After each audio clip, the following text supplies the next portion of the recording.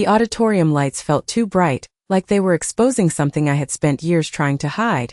And as the announcer adjusted the microphone and glanced down at the final name on the list, I saw my father in the third row leaning toward my sister, whispering something with that same confident smile he always wore when he was certain of how the story would end.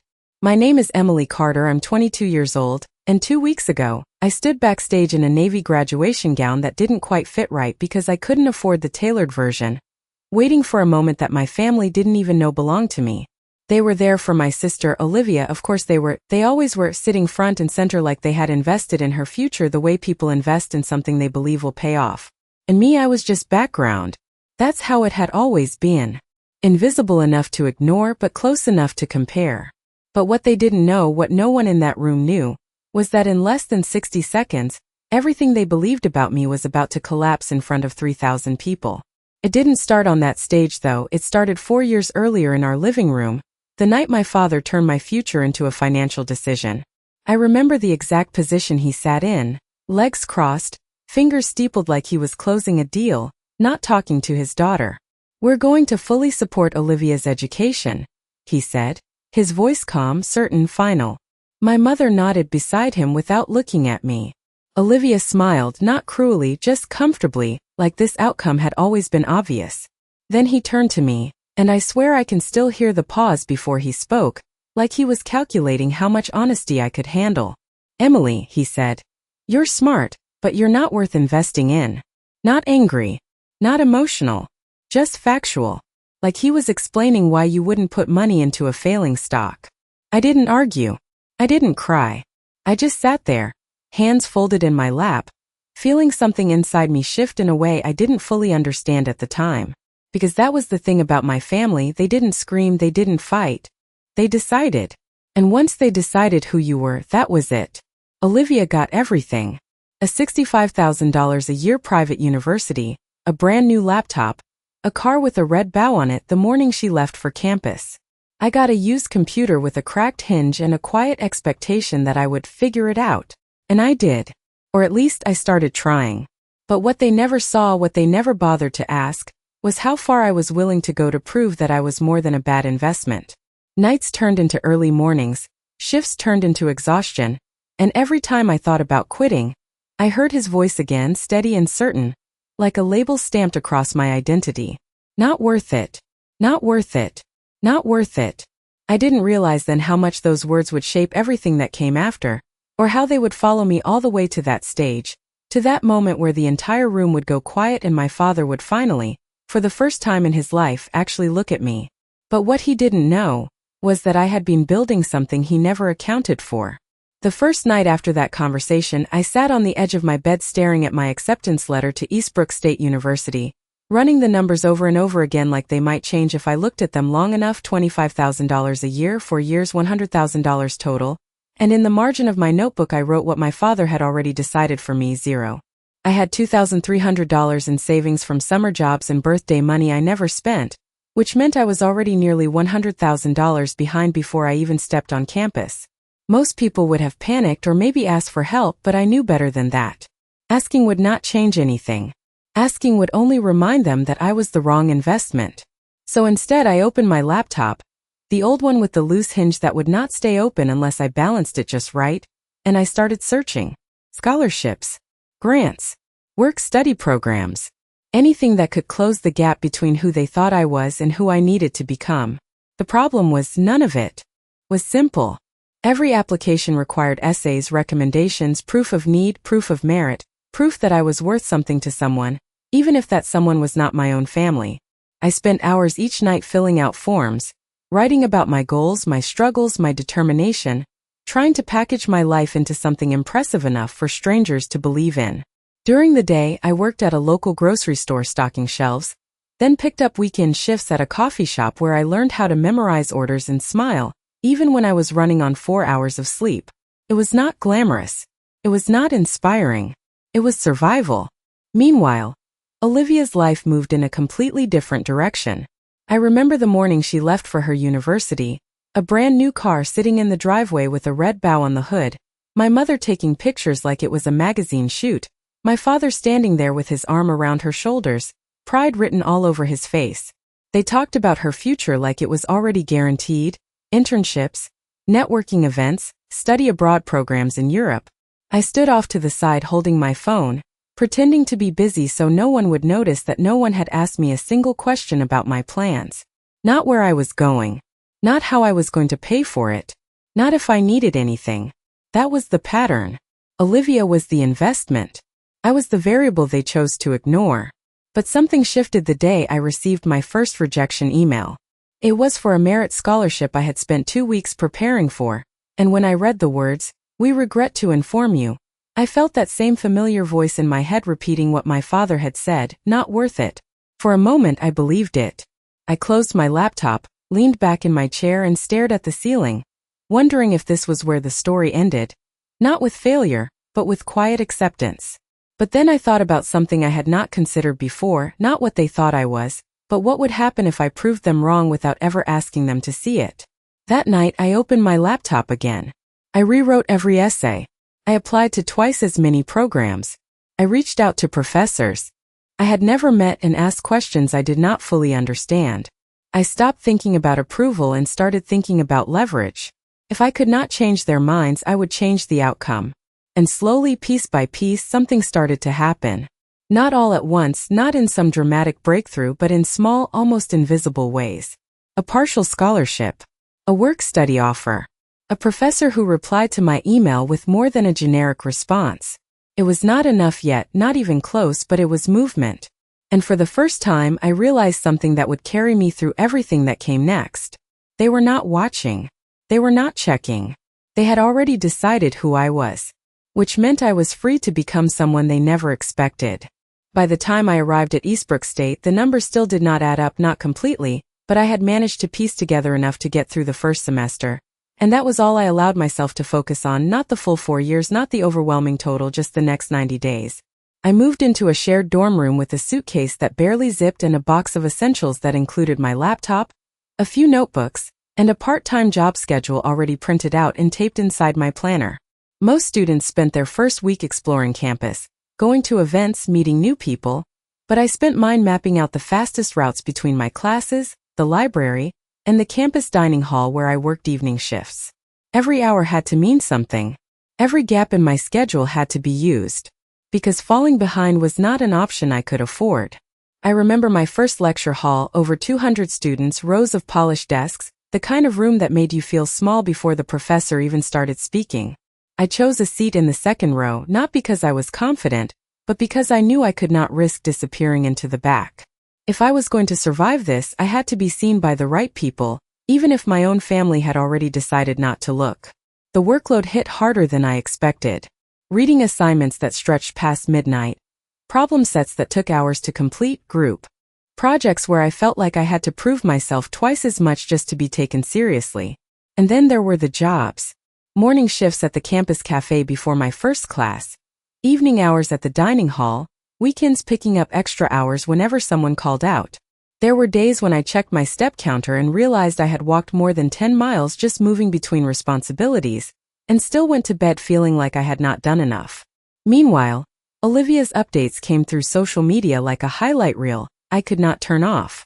Pictures from study abroad info sessions, networking events in tailored outfits, captions about internships she was already lining up for the summer. Our parents commented on every post, proud, supportive, present. I read those comments late at night sometimes, not because I wanted to feel bad, but because I needed the reminder of what I was working against. It was not just about catching up. It was about rewriting a narrative that had been decided long before I got here. The first real crack came midway through the semester when I failed a midterm. It was not a complete failure, but it was enough to shake me. I remember sitting in the library staring at the grade posted online, my chest tight, my mind racing through everything that could go wrong from that point forward. One bad grade could turn into two. Two could turn into losing my academic standing. Losing that could mean losing my financial aid. And suddenly, everything I had built so carefully would collapse. For a moment, I felt that same familiar pull to give up quietly, to accept that maybe my father had been right, that maybe this was exactly what he had predicted. But something stopped me. Not confidence. Not motivation. Just a simple, stubborn refusal to let his voice be the last word. That afternoon, I went to my professor's office hours for the first time. I had never done that before. I sat across from him, hands clasped, explaining where I struggled, what I did not understand, asking questions that made me feel exposed but necessary. He listened. Not politely, not dismissively, actually listened. Then he said something that I did not expect. He said, "You are working harder than most students in this class. That matters. But you are studying like you are trying to survive, not like you are trying to master the material." I did not fully understand what he meant at first, but I held on to it. Because it was the first time someone had spoken to me not as a problem to manage, but as potential to develop. And I did not realize it then. Sitting in that small office with outdated furniture and stacks of papers on every surface. But that conversation would become the turning point that shifted everything I thought I knew about my limits. I did not change everything overnight. I did not suddenly become the top student in the class, but I started to study differently, not just to pass, not just to survive, but to understand, and that shift, small as it seemed at first, changed the way I approached every single hour of my day. Instead of memorizing pages the night before an exam, I broke material into patterns, connections, systems that made sense even when I was exhausted. I stopped hiding in the back corners of group discussions and started speaking, even when my voice felt uncertain, even when I was not completely sure I was right. Because I realized something my father never considered: being worth investing in is not about where you start, it is about what you build when no one is watching. Weeks passed, then months, and slowly my grades began to climb. Not dramatically, not in a way that would make headlines, but enough to create momentum. A B became a B+, then an A-, then eventually an A. Each small improvement felt like reclaiming a piece of myself that had been labeled as not enough. At the same time, the pressure did not go away. If anything, it increased. Because now I had something to lose. Maintaining my academic standing was not just about pride. It was tied to every dollar of financial aid I had managed to secure. One bad semester could still undo everything. There were nights I fell asleep at my desk with my laptop still open, waking up hours later with notes pressed into my cheek and alarms already going off for my next shift. There were mornings I skipped meals to make it to class on time, calculating whether I could afford an extra $10 that week or if that meant falling short on something else. It was a constant balancing act, one that no one in my family ever saw, and honestly I stopped expecting them to. The calls home became less frequent, shorter, more transactional. My mother would ask polite questions about classes, my father would occasionally mention Olivia's latest achievement, another internship, another opportunity, another reminder of where their attention was focused. They never asked how I was paying for anything. They never asked if I was struggling. It was as if my independence confirmed their original decision. And then something unexpected happened near the end of my second year. I received an email from one of my professors, the same one whose office I had walked into months earlier after that failed midterm. He asked if I would be interested in assisting with a research project over the summer. It was not glamorous, it did not come with a large paycheck, but it came with something far more valuable: access. Access to resources, to mentorship, to a different level of academic work that most students did not experience until much later. I read that email 3 times before I responded, because this was not just an opportunity, it was recognition. Quiet, professional, but real. I accepted immediately, even though it meant giving up higher paying shifts and adjusting my already tight schedule. That summer became one of the hardest periods of my life. Long hours in the lab, detailed reports, constant revisions, expectations that were higher than anything I had faced before. But it also became the first time I saw what I was actually capable of, when I was not measuring myself against someone else's definition of success. And here is the part no one knew, not my parents, not Olivia, not even most of my classmates. That research project led to something bigger, something I did not fully understand at the time, but something that would eventually connect directly to the moment waiting for me on that stage. Because what started as a small opportunity was quietly turning into the one thing my father had never predicted. Return on investment he never made. The research project did not come with applause or recognition at first. It came with deadlines, expectations, and a level of detail that forced me to operate in a completely different way than I ever had before. Every data point had to be precise, every conclusion had to be supported, every assumption had to be questioned. There were nights I sat in the lab long after everyone else had left, staring at spreadsheets and notes, trying to understand patterns that did not reveal themselves easily. It was frustrating, slow, and at times overwhelming, but it was also the first time I felt like I was doing something that mattered beyond just passing a class. And more importantly, it was the first time someone else believed that I could handle it. My professor did not lower expectations for me. He raised them. He challenged every shortcut I tried to take, every half answer, every moment where I defaulted to just getting by. "Do it again," he would say, sliding my work back across the desk. Not harsh. Not dismissive. Just certain that I could do better. And eventually I did. That project turned into a second one. Then a recommendation.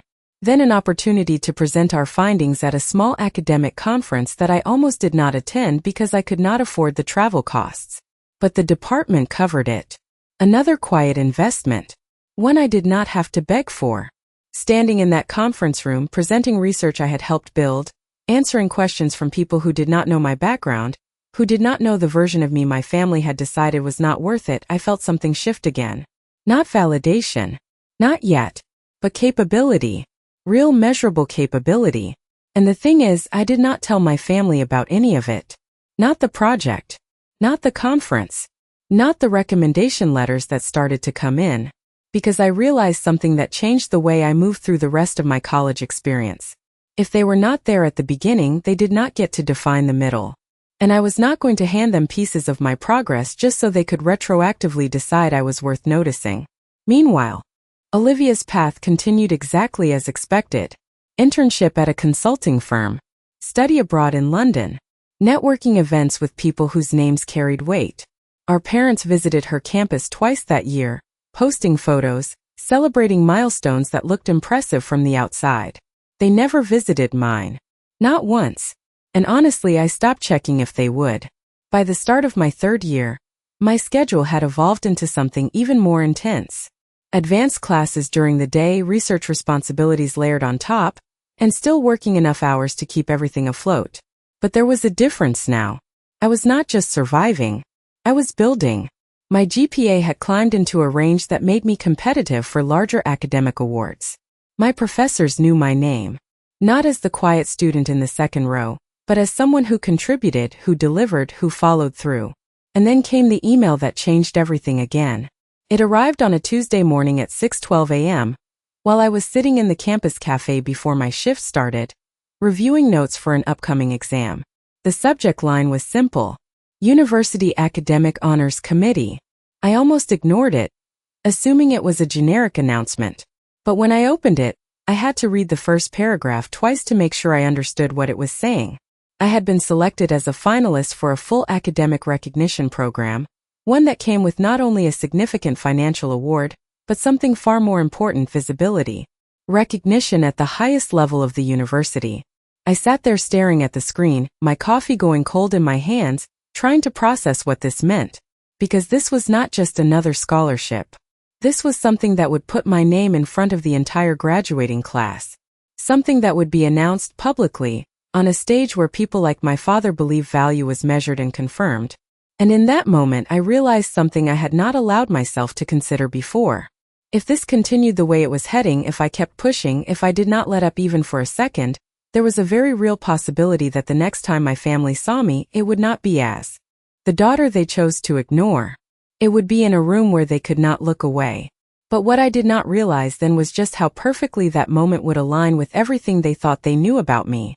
For the next few weeks, I moved through my days with a kind of quiet intensity that no one around me fully understood, not because I was trying to hide anything, but because I had learned that the most important progress happens when no one is watching closely enough to interfere.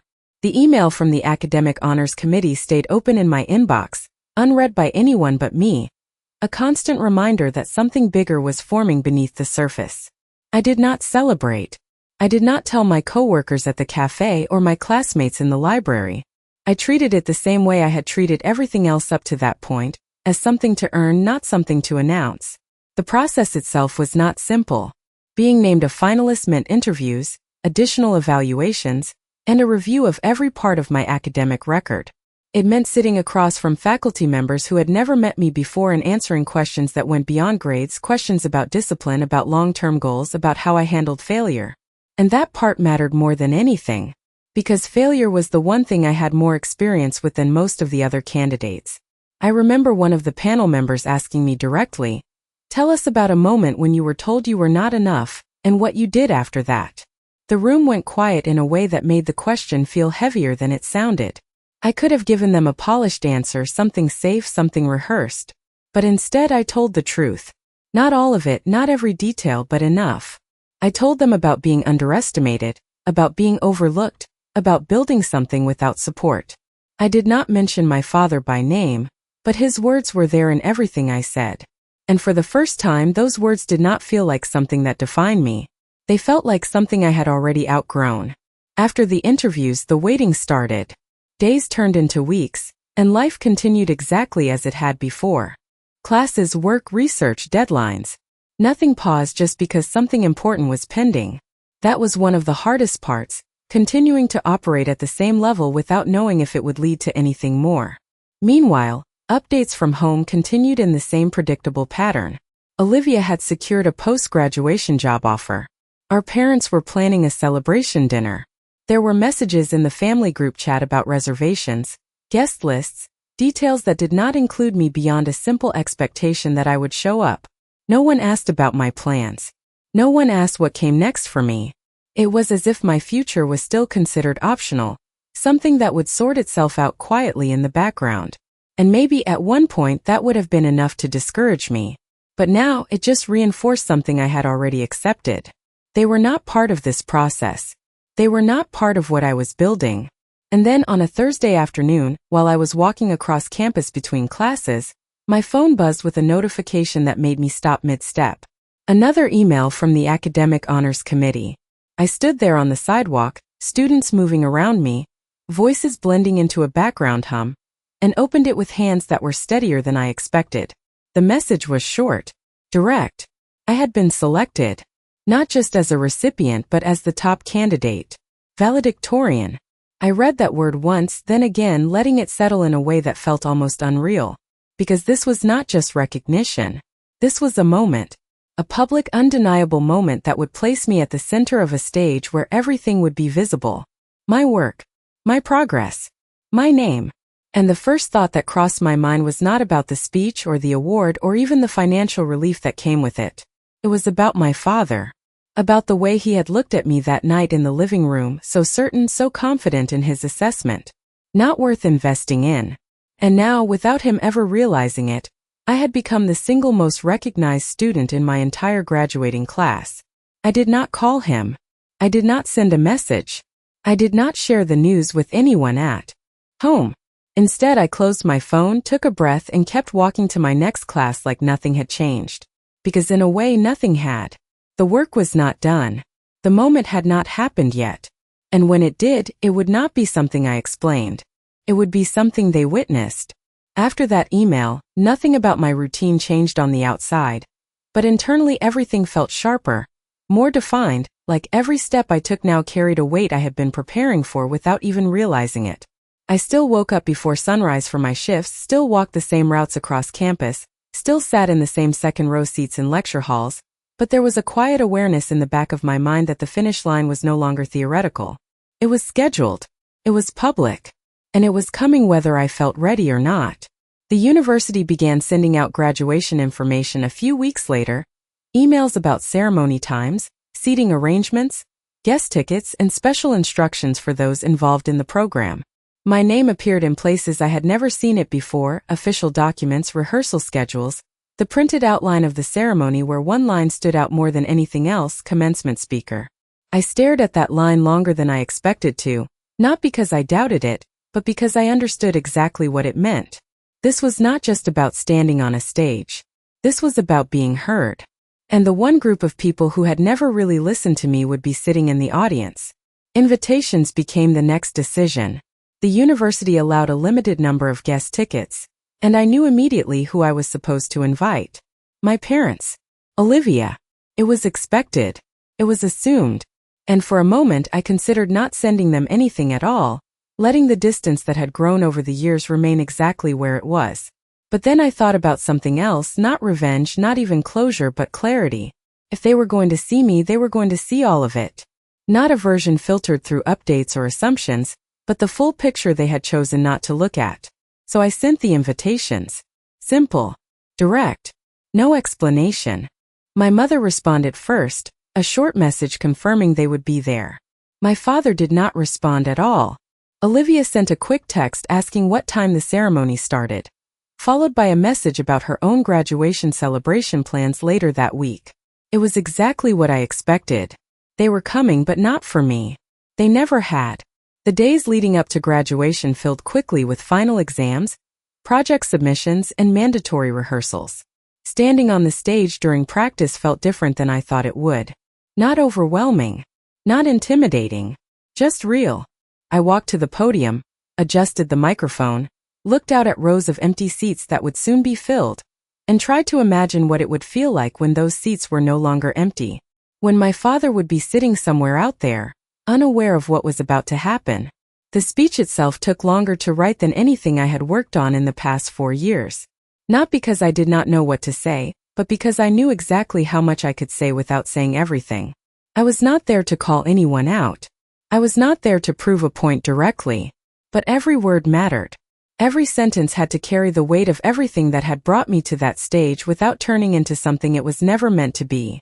I wrote drafts late at night, editing, rewriting, cutting anything that felt unnecessary until what remained was something simple, honest, and impossible to misunderstand. The night before the ceremony, I laid out my gown and cap on the small desk in my apartment, smoothing out the fabric like it was something fragile, something that represented more than just a degree. Because it did. It represented every shift, every rejection, every moment I almost stopped. And for the first time in a long time, I allowed myself to sit still and think about what was about to happen. Not the applause. Not the recognition. Just the moment. The exact moment when my name would be called in a way my family had never expected. I did not know how they would react. I did not know if my father would understand it immediately, or if it would take a few seconds to register. But I knew one thing. With absolute certainty. When that moment came, there would be no room left for doubt. But what I did not realize then was how quiet the room would become right before everything changed. The morning of graduation arrived quieter than I expected. Not dramatic, not overwhelming, just steady, like everything had already been decided long before I stepped into that gown. I woke up before my alarm, the same way I had for early shifts and exams, and for a moment I just lay there staring at the ceiling, listening to the silence, letting it settle. 4 years of constant motion, constant pressure, constant calculation, and now it all narrowed down to a single day.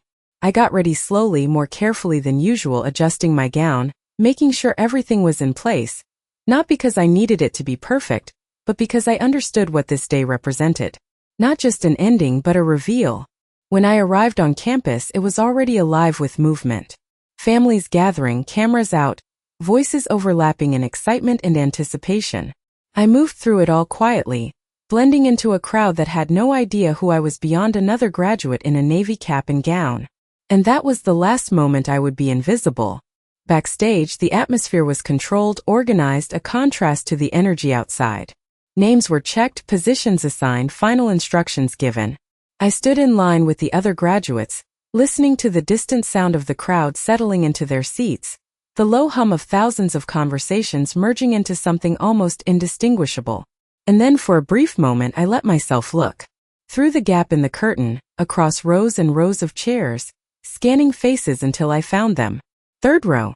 Exactly where I expected. My mother sitting upright, hands folded, composed. Olivia beside her, adjusting her hair, checking her phone. And my father leaning slightly forward, focused but not on me. Not yet. To him this was Olivia's day. Another milestone in the investment he had chosen years ago.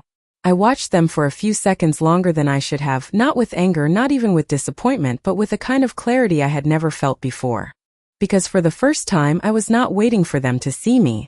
I already knew what they would see. The ceremony began like any other. Speeches, introductions, applause that rose and fell in predictable waves. Names were called. Students crossed the stage. Families cheered. Moments that were meaningful to each person involved but blended together from a distance. I followed the sequence carefully, every step, every cue, knowing exactly when my moment would come. And as the list of names grew shorter, the energy in the room shifted slightly, anticipation building toward the final announcements. Then it happened. The announcer paused. A small break in the rhythm. Papers adjusted. A breath taken into the microphone.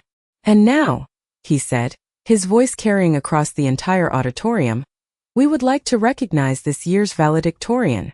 There was a ripple through the crowd, subtle but noticeable, people straightening in their seats, attention focusing, cameras lifting. I stepped forward before my name was even spoken, because I knew it was coming. And in that exact second, before the sound reached them, before the recognition formed, I saw it. My father's expression shifting, not fully understanding yet, but sensing something was different. My mother turning slightly, her posture tightening. Olivia lowering her phone, eyes narrowing just enough to focus. And then the name was said. Clear. Undeniable. Emily Carter. It did not echo. It did not need to. The silence that followed was louder than anything I had experienced before. Because for the first time in my life there was no comparison. No assumption. No way to overlook what was directly in front of them. I walked to the podium with a steady pace, each step measured, not rushed, not hesitant, just certain. And as I reached the microphone and looked out across the room, I did not search for their faces again. I did not need to, because I already knew that in that moment, they were finally looking at me the way they never had before. But what I was about to say next was not something they had prepared for. I rested my hands lightly on the sides of the podium, not gripping it, not steadying myself, just feeling the smooth surface under my fingertips as the last traces of noise in the auditorium faded into something close to silence, and for a brief second, I let that silence exist without rushing to fill it, because I understood how rare that moment was, a room full of people waiting, not out of obligation but out of attention. I looked out across the audience, not scanning, not searching, just taking in the scale of it, rows of faces, families leaning forward, cameras lifted. And somewhere in that third row, the people who had shaped the version of me that stood here now, even if they had never intended to. My name is Emily Carter. I began, my voice steady, carrying further than I expected, amplified not just by the microphone but by the weight behind it. And 4 years ago, I sat in a living room where my future was decided in less than 5 minutes. There was a subtle shift in the room, not discomfort, not yet, but curiosity, the kind that makes people lean in without realizing it. I was told something that night that I have not forgotten since, I continued, pausing just long enough for the words to settle. I was told that I was not worth investing in. The sentence did not echo, but it did not need to. It landed exactly where it was supposed to. I did not look at my father when I said it. I did not need to confirm his reaction, because this was not about calling him out. It was about telling the truth in a way that could not be ignored. And for a long time I believed that, I said, my voice softening slightly, not for effect, but because it was honest, not all at once, not in a dramatic moment, but slowly, in the way you start to accept something when it is repeated enough times, when it shows up in decisions, in silence, in the absence of support. I could feel the room shift again, more focused now, more connected, because this was not just my story anymore. It was something people recognized in their own lives, in different forms, different words, but the same underlying message. But here is what I learned. I continued, straightening just slightly, letting the next part come without hesitation. Being worth investing in is not something someone else gets to decide for you. It is something you prove quietly, consistently, and often without anyone noticing. A few heads nodded in the audience, small movements, but visible enough to confirm that the message was landing. I did not have everything figured out, I said, allowing a brief smile that was more reflective than confident. I worked jobs that had nothing to do with my major, I studied in between shifts, I failed exams I thought I had prepared for, and there were moments when stopping would have been easier than continuing. I paused again, not because I needed to think, but because I wanted the next words to land with clarity. But I kept going, not because I needed to prove anyone wrong, but because I needed to prove to myself that I was more than a number someone had assigned to me. And that was the truth, the part that mattered more than anything else. I let that sit for a second before continuing, my voice steady, controlled, not rising, not dramatic, just certain. Today is not about being the best in this room, I said, glancing briefly across the rows of graduates seated behind me.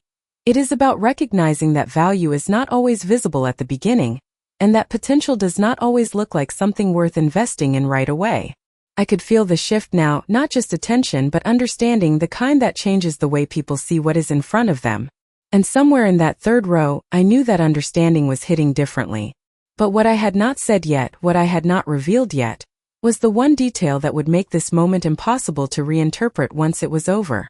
The room stayed quiet a fraction longer than most people would have expected, not because they were unsure how to respond, but because they were waiting, sensing that something else was coming, something just beneath the surface of what I had already said, and I let that moment stretch just enough to matter before I continued.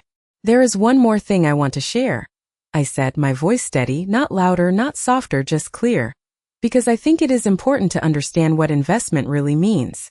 I shifted my weight slightly, not out of nervousness, but to ground myself in the moment, to feel exactly where I was standing. Over the past 4 years, I worked multiple jobs, I applied for more scholarships than I can count, and I accepted opportunities that did not always come with immediate rewards, because I understood that sometimes investment is not about what you receive right away, it is about what you are building over time.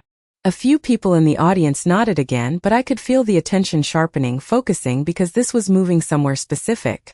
"And because of that," I continued, pausing just briefly, "I graduated today without any financial support from my family." That sentence landed differently. Not louder, not dramatic, but heavier. There was a subtle ripple through the audience, the kind that happens when something shifts from general to personal in a way that cannot be ignored. I did not look toward the third row, but I felt it. The stillness. The realization. Every tuition payment, every textbook, every expense that came with being here, I said, keeping my tone even, controlled, was covered through scholarships, work, and opportunities that I earned along the way. I let that settle for a second before continuing, not rushing past it, not softening it, just allowing the truth to exist in the space it deserved. "And I do not say that to make a point about hardship," I added, my voice steady. "I say that because it taught me something I do not think I would have learned any other way." I glanced out across the audience again, not searching, just connecting. It taught me that value is not always recognized at the beginning, and that sometimes the most important investments are the ones you make in yourself when no one else is willing to. There was a pause then, a real one this time, not planned, not calculated, just a natural break where the weight of what had been said caught up to the moment.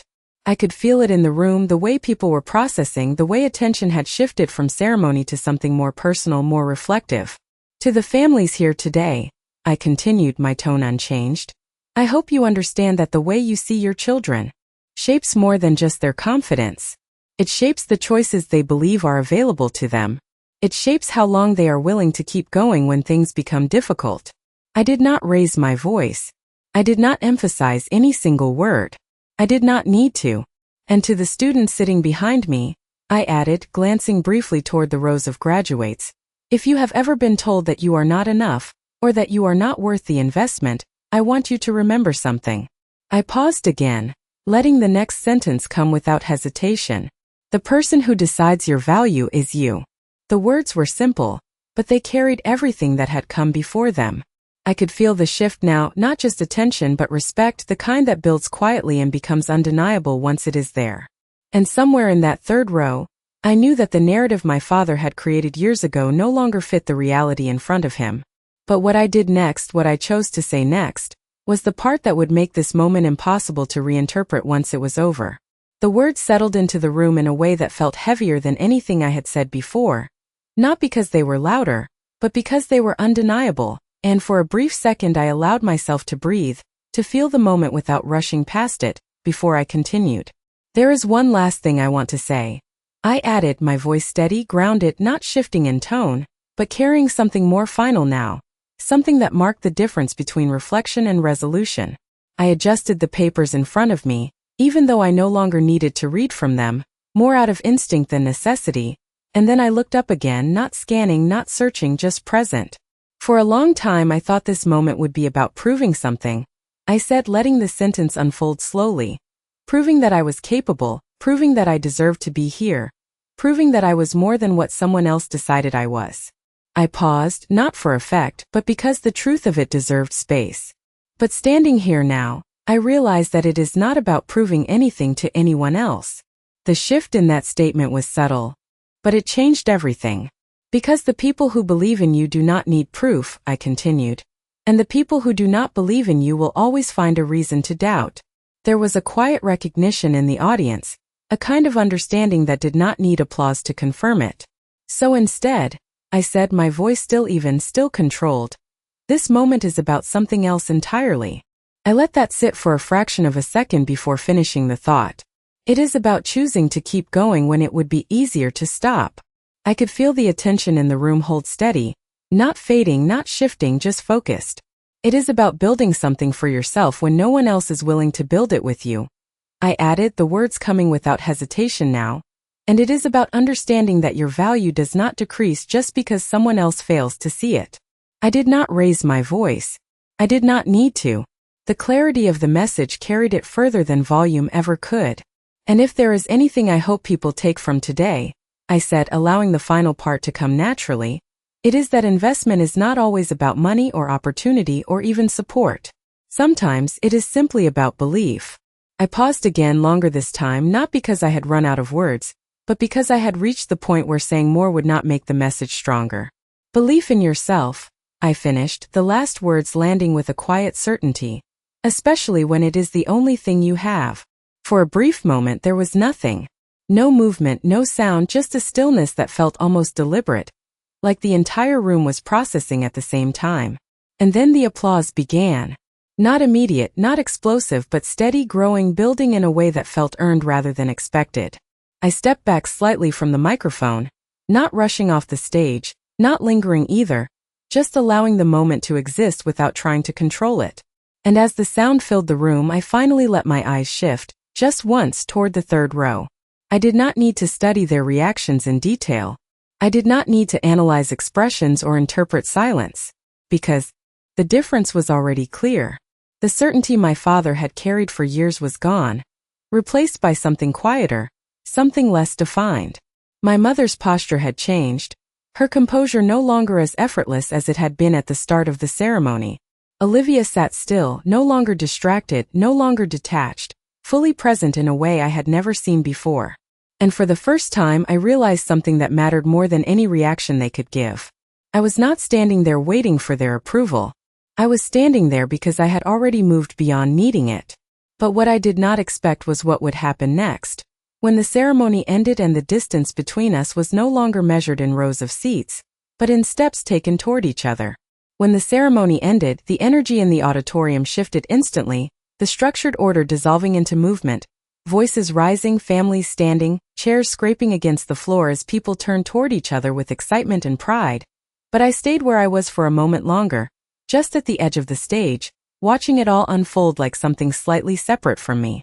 Graduates began filing out row by row, names called, degrees handed over, cameras flashing in every direction, but my focus narrowed to a single point ahead of me, the aisle that led toward where my family had been sitting. I stepped down from the stage carefully, not rushed, not hesitant, just aware that each step now carried a different kind of weight than before.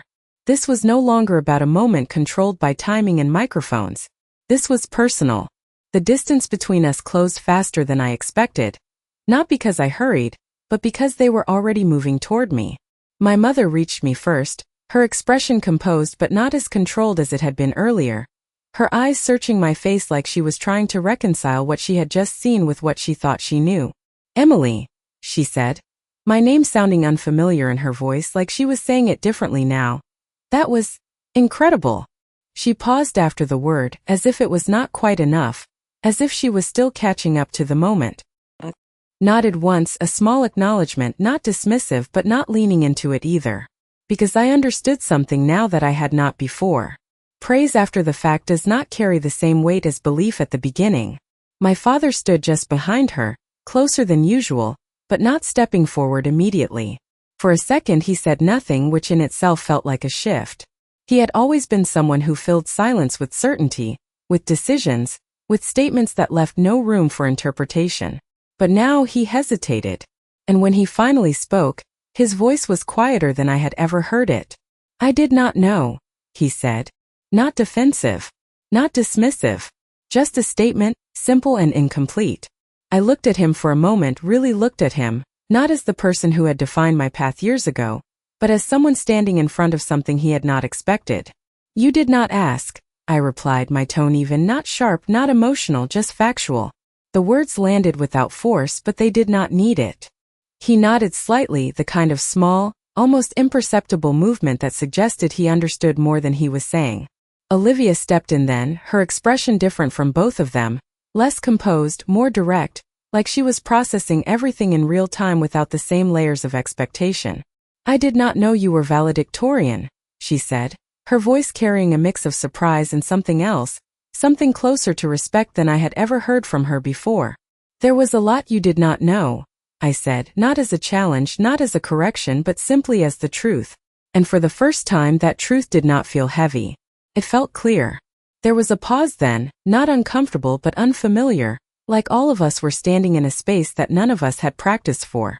My mother reached out and adjusted the edge of my gown, a small gesture, almost automatic, but it lingered a second longer than it needed to, like she was trying to reconnect through something simple. "We are proud of you," she said. And maybe she meant it. Maybe she did not. But the difference now was that I did not need to measure it. Because what I had built over the past, for years, was not dependent on whether those words came or not. My father looked like he was about to say something else, something more, but then stopped as if he was still deciding how to say it, or if he had the right to. And that was the part that surprised me the most. Not that he was unsure, but that he allowed himself to be. For a moment none of us moved, the noise of the auditorium continuing around us, families celebrating, photos being taken, laughter echoing in the background, but inside that small space between us, everything felt quieter, more defined. And standing there, I realized something I had not fully understood until that exact moment. This was not a reversal where everything suddenly became equal. It was not a clean resolution where the past was erased or rewritten. It was something more subtle, more realistic. The balance had shifted. Not because they changed first, but because I did. But what I did next, what I chose to do with that shift, was something none of them could have predicted. For a moment I said nothing, not because I did not have something to say, but because I understood that not every moment needs to be filled with words, and not every shift needs to be explained out loud to be real. I looked at all three of them, my mother still standing close, my father quieter than I had ever seen him, Olivia watching me in a way that felt different, more direct, less certain, and I realized that this was the first time in my life that the dynamic between us was not already decided before the conversation even started. "I have a job offer," I said finally, my voice calm, not dramatic, just clear, letting the information land without building it up into something bigger than it needed to be. My mother's expression changed slightly, curiosity replacing some of the uncertainty. "Where?" she asked, her tone quick, almost instinctive, like she was trying to place this new detail into something she understood. "Boston," I replied, keeping it simple. "A research position with a firm that partners with the university." I did not mention the salary. I did not mention the signing bonus. I did not mention the fact that it was an offer that had come directly from the work I had built over the past 4 years. Because that was not the point. The point was that I had already moved forward. My father nodded once, slower this time, like he was processing more than just the words. "That is impressive," he said, and there was a pause before the last word. Not because he did not mean it, but because it sounded unfamiliar coming from him directed at me. I could have responded to that, could have filled the space with something that made it easier, something that softened the shift, but I did not. Because for the first time, I did not feel responsible for making this comfortable for them. Olivia smiled slightly. Not the same easy confidence she used to carry, but something more measured. "That is a big deal," she said, and I nodded once in return, acknowledging it without expanding on it. There was another pause, one that felt less uncertain this time, more like a transition, and I realized that this was the moment where everything could move in one of two directions.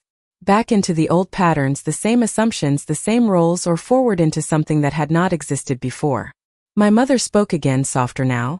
"We would love to celebrate with you," she said, and I could hear the intention behind it, genuine or not. It did not matter as much as it once would have. I considered it for a second, not because I needed to decide immediately, but because I wanted to answer honestly. "I already have plans," I said, not dismissive, not cold, just direct, "with people who were part of this."